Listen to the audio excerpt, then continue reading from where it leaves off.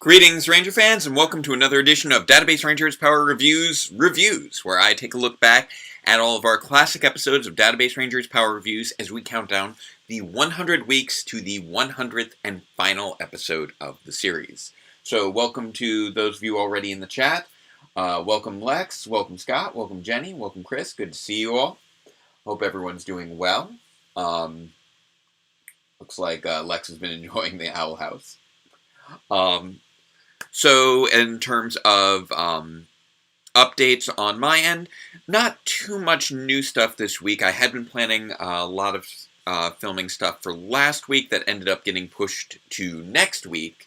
And unfortunately, a few actors who I was hoping that I'd be able to get in for the final episodes are currently looking like they won't be able to make it, but I'm going to still see what can be done. We still have a lot of time between now and the actual release of those episodes.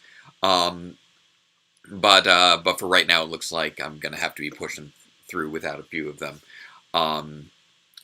Nothing that is story-breaking or anything like that, so no worries on that.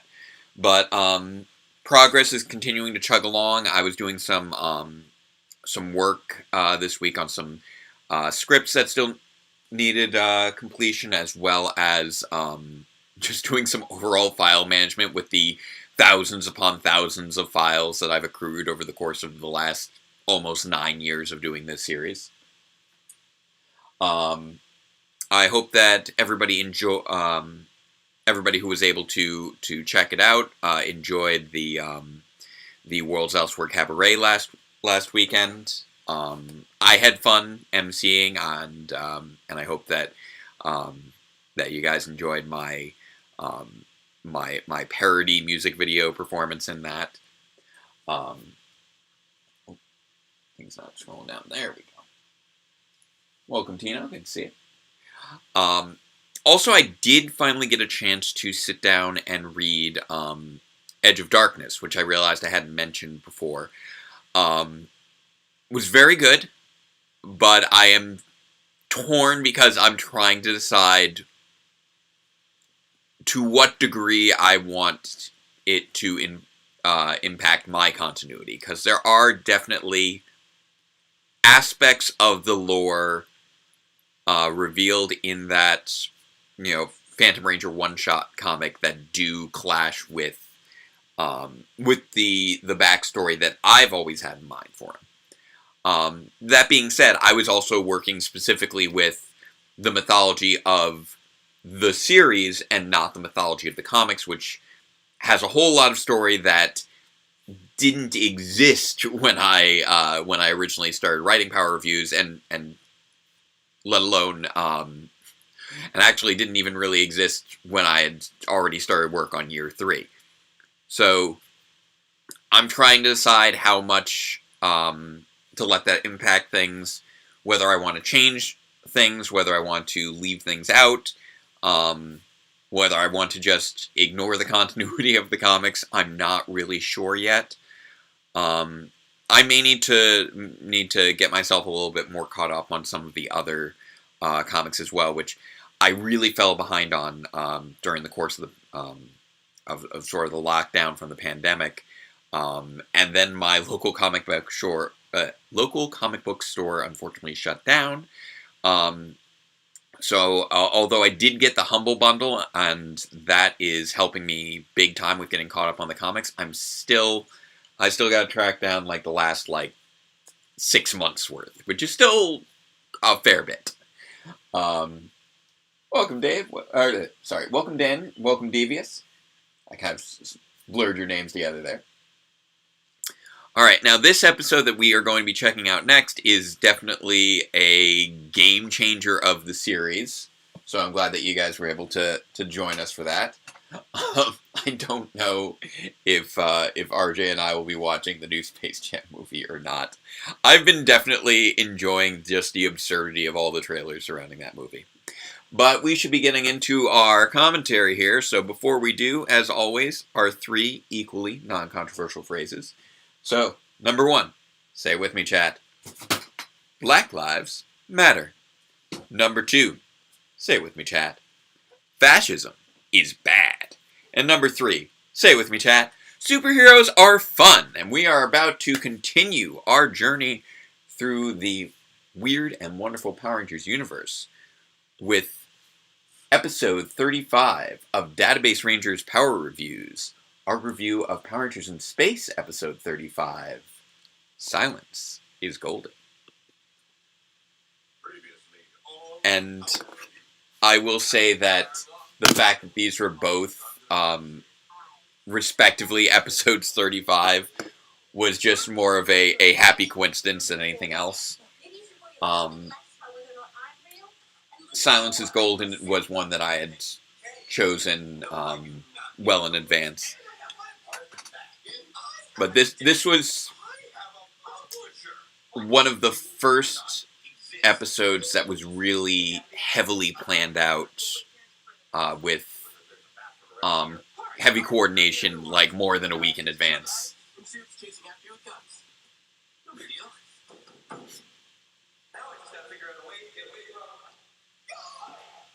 I will always love that offset shot just because of how silly it felt while filming. Because we could not be actually looking at each other, and my knees were weird bent. Welcome to my hiding place. Feels like I've been holding that in for the last 2 weeks. And that's also one of our first little subtle acknowledgments of how time is passing differently in the series.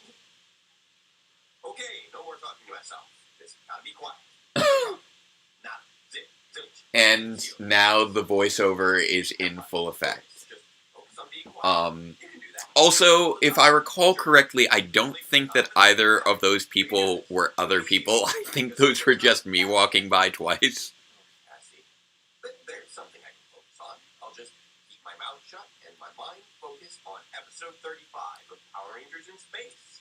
Silence is Golden. The timing on that was... It was definitely interesting timing things out for this series, for this episode, because obviously, I'm not speaking the lines during this, so I just have to kind of approximate how long the shots are supposed to be. So I did a bunch of different takes of every single shot, as I always do. I always do like 5 takes of every single shot in the series. And for this one in particular, I definitely had to play around with how long the takes need to be, and then line them up appropriately with the voiceover to try and find which takes worked best. This was also, even though the final sequence, which we'll talk about as we get closer to it, was definitely heavily planned out in advance, to a certain extent, this was a little bit sort of stream of consciousness kind of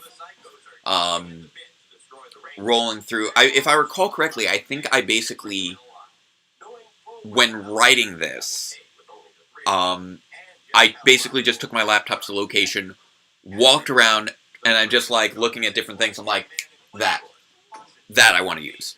That I want to use. That I want to use. So it's like, and then, I went back again a different day, and then just, boom, boom, boom, boom, set up the camera, shoot, do 5 takes, grab the camera, run to the next location, set it back up again, shoot 5 takes. Now this was before I had my lighting set up or anything, and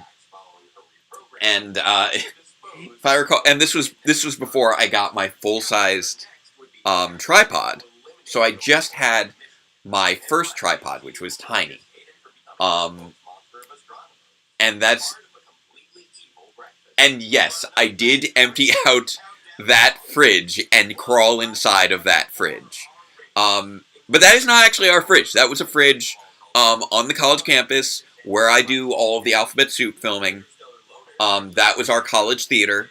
A lot of the different shots that I did in this episode were in that college theater. So it's including the shot for the thumbnail. The broom closet is the theater. It was like the theater custodial closet. And I had just so much fun running all around this campus doing all these little shots.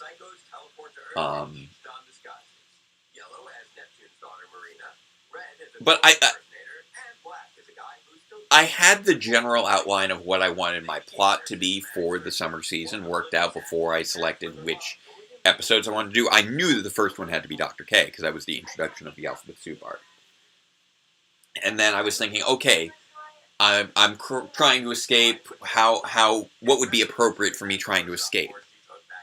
And this felt like a really good match, specifically. And that is the electrical closet of the theater. But yeah, I was, and as I was thinking, okay, I'm trying to escape. I need to be stealthy. Silence is golden just made sense for a match there. And yes, I did just nab random costumes out of the costume closet of the theater. So much of this was so much fun to do. And it's so ironic because at this stage in the story, he doesn't realize that he can turn invisible and teleport. This is all completely superfluous, but because he doesn't know, it generates all this wackiness.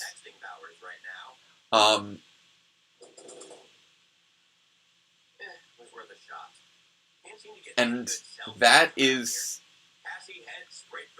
I think that was a prop payphone that I took to an old defunct payphone booth. And yeah, that playbill, again, theater lobby.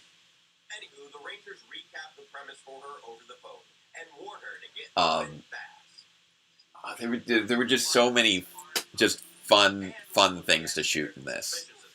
And you know, there were...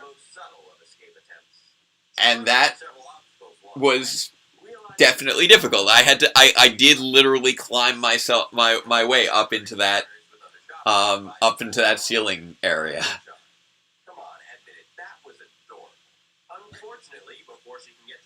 I don't even remember where some of these things were shot. Like those fake plants, I don't remember which building that was.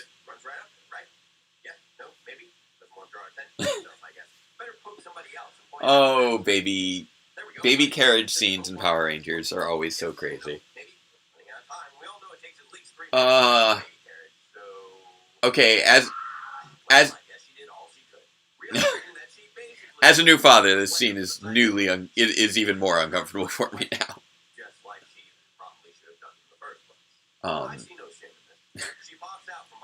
Now, sadly, I did not actually crawl into that garbage can. It is not a big enough garbage can to fit a person. I just positioned myself behind it. Sorry to ruin the magic on that one.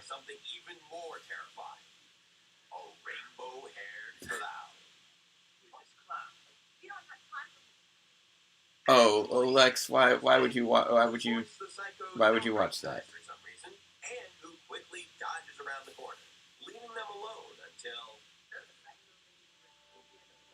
I don't know where they got these recordings.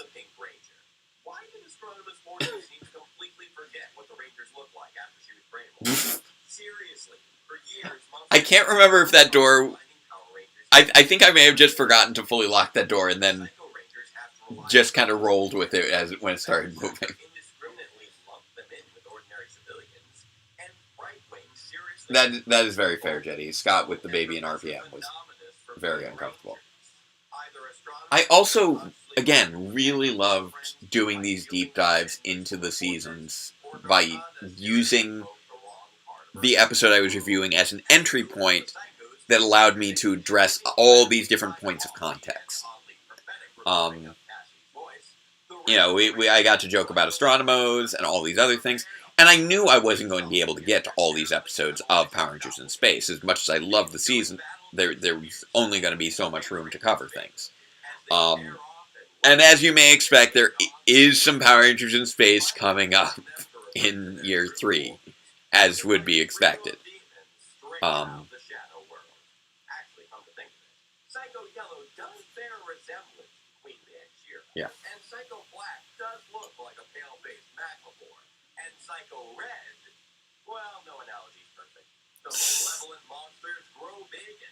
Um, the Mega Voyager. And although Zane yeah, arrives to help with the Mega Winger and Delta Megazord, I feel like I don't do I haven't been doing these deep dives nearly as much during year 3, and in part because I had done them during the earlier episodes, and the plots have also just become far more complex for the episodes for the reviews themselves since then. You know, back then it was basically I had a premise that I could just kind of roll with, and it was just quick. But now there's just so much lore and reveals and plot upon plot happening in between the review segments that I can't really do episodes quite like this anymore. Another dimension, dark dimension, another galaxy, a lost galaxy. So desperate to make connections.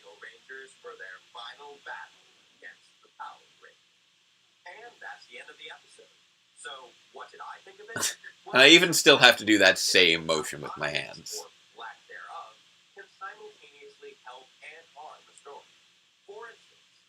And then this column just worked really well as something that I could pop in and out behind of, and just keep things rolling for the purposes of the conclusion, where I was much more localized and not all over the place. The conclusion was really where I kind of zeroed in on a specific spot, because you can notice like the background remains consistent throughout the conclusion. I'm in the same area of the campus, and also, as much as the locations change up and it makes it seem like Alphabet Soup is just such this ridiculously like all over the place architectural nightmare, a lot of the time I'm actually shooting in the same building that just has wildly different architecture from place to place.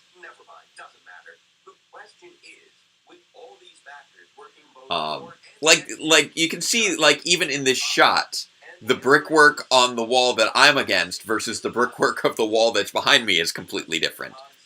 And that made it a lot of fun to shooting, because I was constantly changing up the look of things as I was going from place to place, and it gave me a lot of options.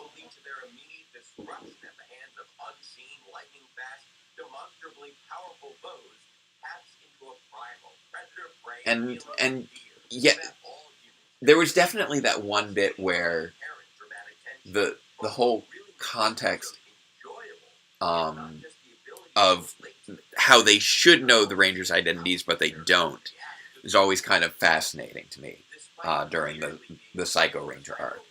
Because it seems like something that might fit with Mega Ranger, which I haven't seen.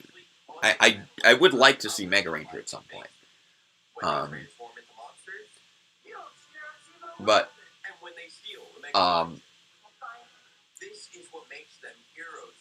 I really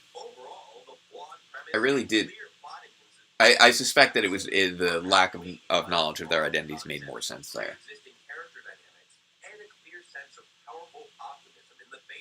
Also, this location I just really loved as having for like sort of the final run.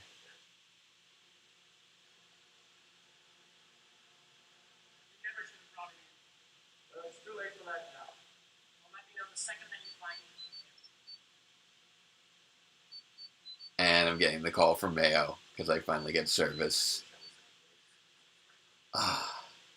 That little bit. I wish I was that brave. And the kind of freak out of, wait, I just came from that guy, and then he's there, and then there's two of this guy here.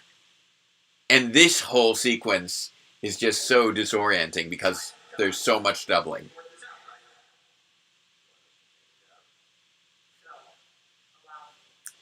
And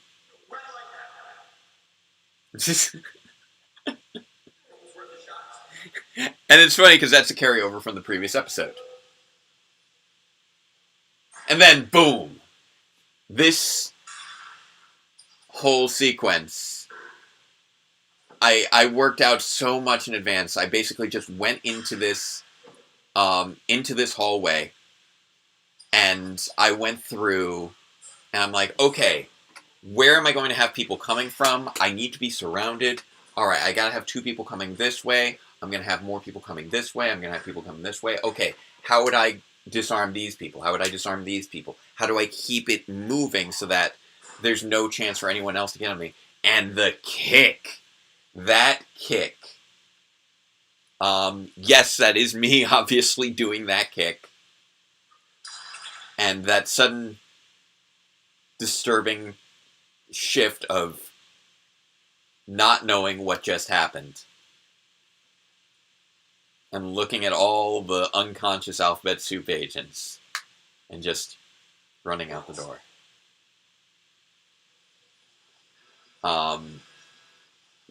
And as much as I am flattered by those who have no,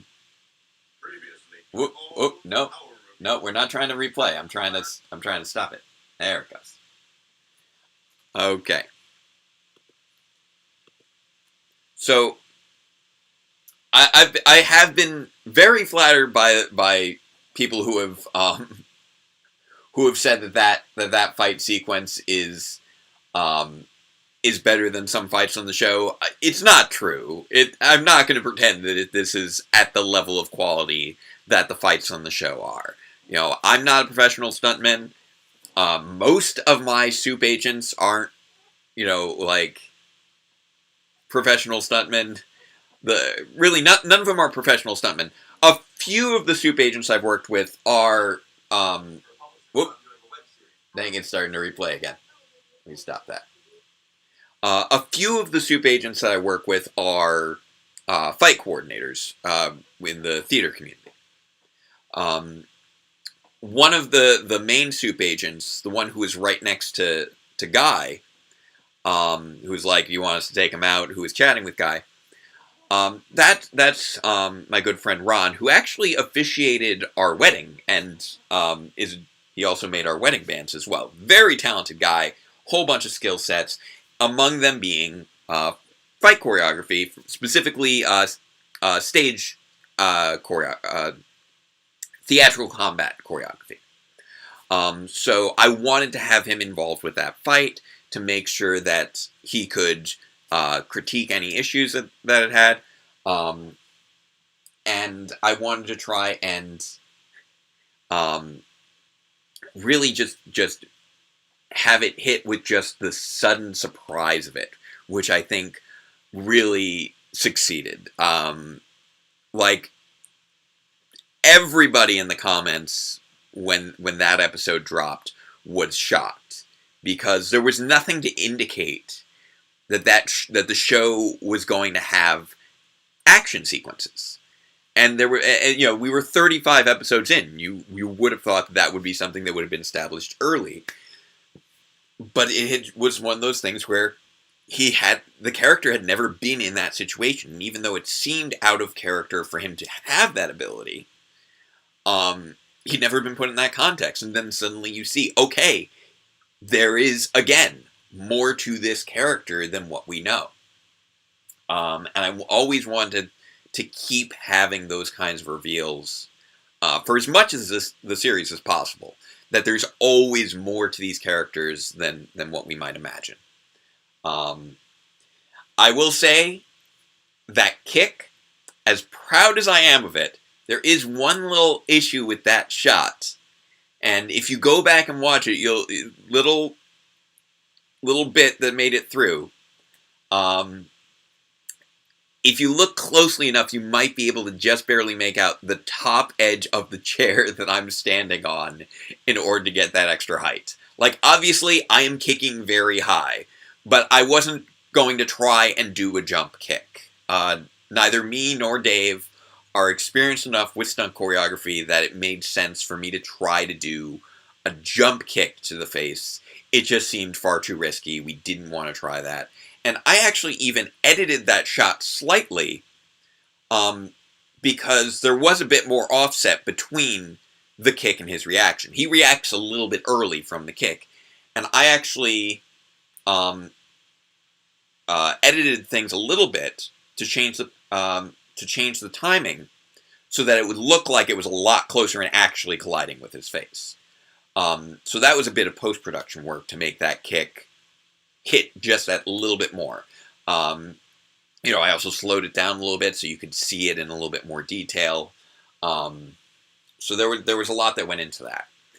And as I believe I mentioned before, Guy was not actually who I was going to originally kick in the face. I wanted there to be a kick in the face because I do have a good high front kick, and I wanted to show that off. At the time, I was a brown belt in Taekwondo. I'm now a black belt in Taekwondo, which I'm very glad I was able to go back and finally do. But I always felt very proud of my high front kicks, and I wanted to make sure to end on that high point. And it was originally going to be just a very tall friend of mine who was like 6'4", who I was hoping to get involved, and he wasn't available. I reached out to a lot of people to try and get as many people as I could in this scene, and I was only able to get a handful. So I ultimately decided, okay, I'm going to kick Guy in the face, because even though he's not big and intimidating, we've built up the intimidation factor over time. And so that was why Guy got kicked in the face. It wasn't always going to be Guy. But it ended up working really well and became a really good running gag for the show. And my limited number of actors was also what led me to decide to do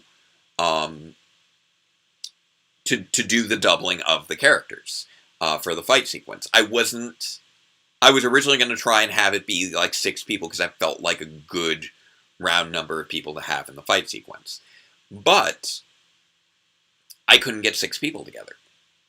And I didn't want to trim it down to only like 3, so I doubled everybody up. Everybody with the exception of Dave as Guy, he only gets 1. And another friend of ours, Patrick, who I felt like 6 was a good number. Anything more than that was going to get crowded. Anything less than that didn't feel like it was going to be quite enough. So he came in as the 3rd. And I believe also, just in terms of the timing, it's like, okay, I can get 3 people together for this bit. I can have this person take care of these 2 shots on their own. This person's, I can meet up with them on their own. So it took some doing, especially since this was our first fight sequence, and I really wanted to make sure that it hit well. A few bits that I think are definitely on the cheesier side and didn't quite work as well as I would have liked is the backflip, because I can't do a backflip. I had to just do the hands hitting the ground, the feet flying past, and that worked a little bit better. If I could have 2 superpowers, what would they be and why? I'll need to think about that. But the actual thing where my feet are flying past, I literally just hauled a table over there, lay down on it, and just flung my feet up past the camera. And actually that table was very necessary because, as I mentioned, I only had the shorter tripod, which is only about 40 inches tall, which is like the height of a typical kitchen countertop, not face height. So I put the camera tripod on top. I had to haul around this table in order to get all of the face level shots. Because I didn't have a tall enough tripod at the time. And I hadn't invested in a tall enough tripod until like the year 2 finale. I just would always find different objects to put my very short tripod on top of. And that short tripod worked fine for all the shots we were just sitting down, but as the show became more and more action-oriented, and there was more people on the move, I eventually needed to get that taller tripod. But yeah, I'm very proud of how that moment delivered. After working up to it for so long and having that in my back pocket, and this being sort of again, I mentioned like we're about a third of the way through the series. This is very much the turning point, the sort of Act 1 to Act 2 turning point of the overall series. even though technically speaking, we have year 1, year 2, year 3. If we're going by episode count, this is sort of that Act 1 to Act 2 flip, where it becomes a very different show after this point. And I love what I love what it was able to become. I loved the mystery that really was driving things during this stage of the series. This was probably around the point when the web series was at its was basically getting near its height in popularity.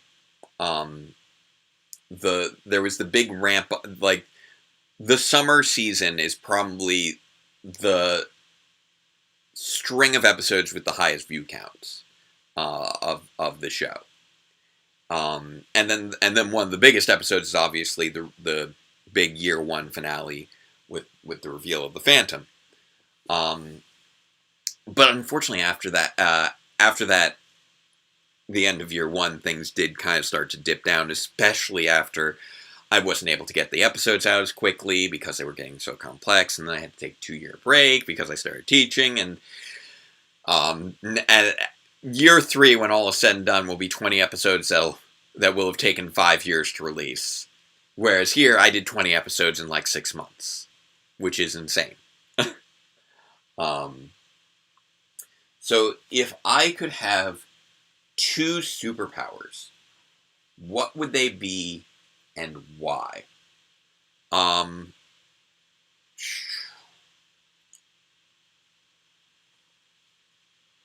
I mean, I feel like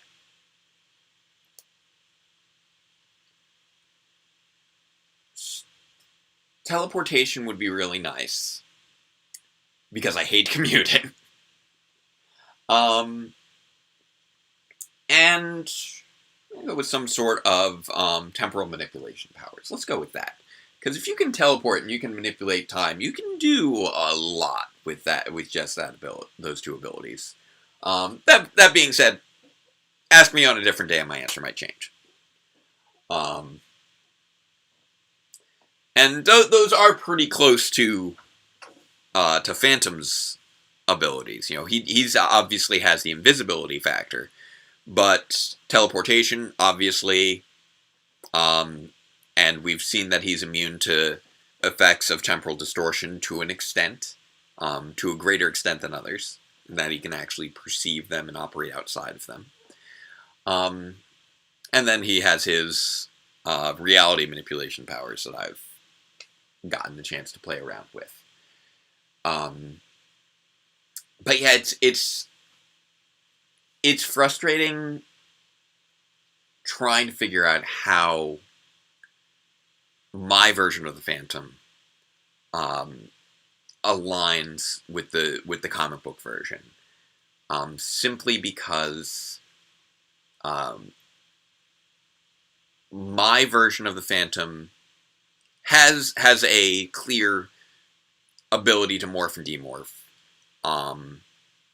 whereas it's looking like the interpretation that they go with in the comics is less that he does not seem to have a physical body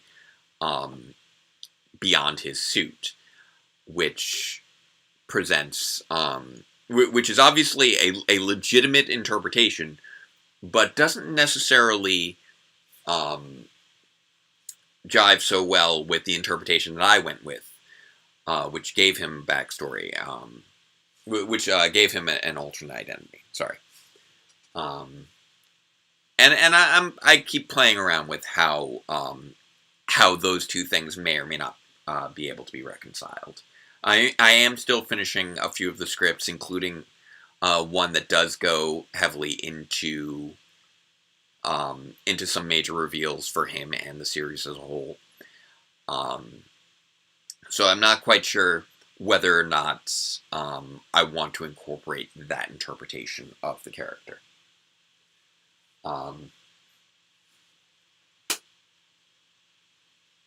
That shape-shifting and time travel.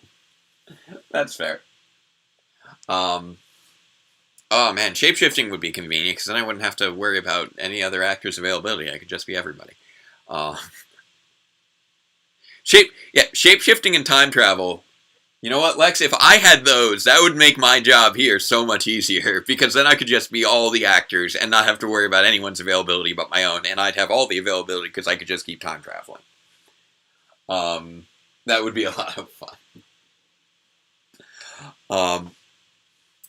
So there we have it. That is our first fight scene of Power Reviews. And then obviously the show goes some different directions from here. That's really the big fight of year one, up until we later have sort of the 2-on-2 fight against the T agents in episode 48. Those episodes kind of blur in my mind a little bit. But yeah, episode 48 is the one other big fight sequence. But yeah, coordinating this, figuring out, okay, who's in frame at which time, who's not. Oh, that was one of the other things I meant. One of the other reasons that I don't have a double for Patrick was specifically because I could only manipulate the shots around so many of the characters. And without having to have two of them in the shot at the same time. So you'll notice there's Dave, Ron, Patrick, and Nathan. One of the first things I do is I knock Dave out with the quick boomf. Then we see Ron with the tranquilizer gun shoot at me, at which point I immediately use one of the Nathans as a shield that knocks out one of the Nathans very quickly. Then I go through a Nathan, a Ron, and Patrick very quickly to quickly disarm each of them. And then once I've quickly disarmed each of them, I'm able to kick the gun out of the other Ron's hand, kick him down, and I'm able to knock out the first two that I had disarmed with the little karate chops. So it was really a big thing of, okay, I need to keep moving. How do I incapacitate these characters? How do I keep this actor from being in the same shot as their double? Okay, I need to disable their doubles first and foremost. So it's just very quick, boom, limiting who's in the camera shot at any given time. Dave, for instance, was not there the same day that I was filming with the trio. So him and Ron came on a different day to do that, because they had the little bit of dialogue first and then the kick to the face. So it was a very careful sequence of who's available where, when, how many people are in this shot, when. And once I knew who I was working with and how many people I could get together, I just went down to the location and I just practiced it on my own, being like, okay, there's a person here, what am I doing? And just sort of not exactly shadow boxing, but just working the fight scene out for myself over and over again, so I knew I'd be able to do it quickly and efficiently when I had my actors. And that's sort of just how I've been doing fight scenes throughout the series. I just sort of practice it on my own, work it out in my head, make it work. A few have been fully improvised to the extent of, okay, I just wait till the actors that I'm working with are there, I see where their comfort level is, what works well for them, and go from there. I filmed a few fight sequences, not quite sequences, a few quick action scenes for the finale when I had some actors visiting this summer. And it was like, okay, I wasn't sure who we were going to be able to have this day. I see now who we have this day. I'm going to try to play to each of your strengths. So you're going to do this move, and then this, and let's see how this looks. Okay, this is working. Okay, maybe this one's not working. Okay, we're going to tweak that. That whole side of the series has been really fun to play with. I continue to be proud of the action choreography we've managed to pull off in this series. As simple as it is compared to a lot of other people, this is, again, most of my actors are not martial artists or stuntmen or anything like that, and I just do my best to play to whatever strengths they have to make them look good, or to make it seem like the action is logical and flowing and appropriate to the scene.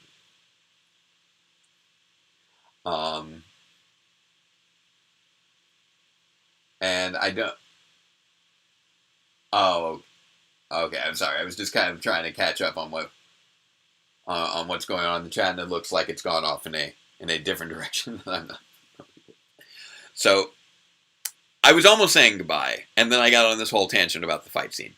I know I'll have more things to talk about. There's so much to talk about with this string of episodes, as I do the play-by-plays of all the different locations and all the different things that went into doing it. There's going to be a lot of fun stuff when I get back into the Alphabet Soup things. Back to the Alphabet Soup locations. But for now, I'm sure you've heard me yammer on long enough. Thank you all for joining me, and let's not forget our other 3 equally non-controversial phrases. So, number 1, say with me, chat, love is love. Number 2, say with me, chat, trans rights are human rights. And number 3, say with me, chat, robots are cool. At least we try to be. So, thank you again for joining me this week. I can't wait to see you again next week as we continue our journey through the year 1 summer season. And wow, actually, timing-wise, I just realized this episode is episode 35, and I'm 35 right now. The next episode is going to be episode 36. I'm going to be 36 when I cover that episode. I don't know how it lined up that way, but it just happens to line up that way. That episode 35 will be the last episode that I cover while I'm still 35, and episode 36 will be the first episode I cover once I'm 36. Passage of time. So yes, as you may guess, I've got a birthday coming this week. So, everyone, you have a great night. Thank you again for joining me, and until next time, farewell, Ranger fans, and let the power protect you.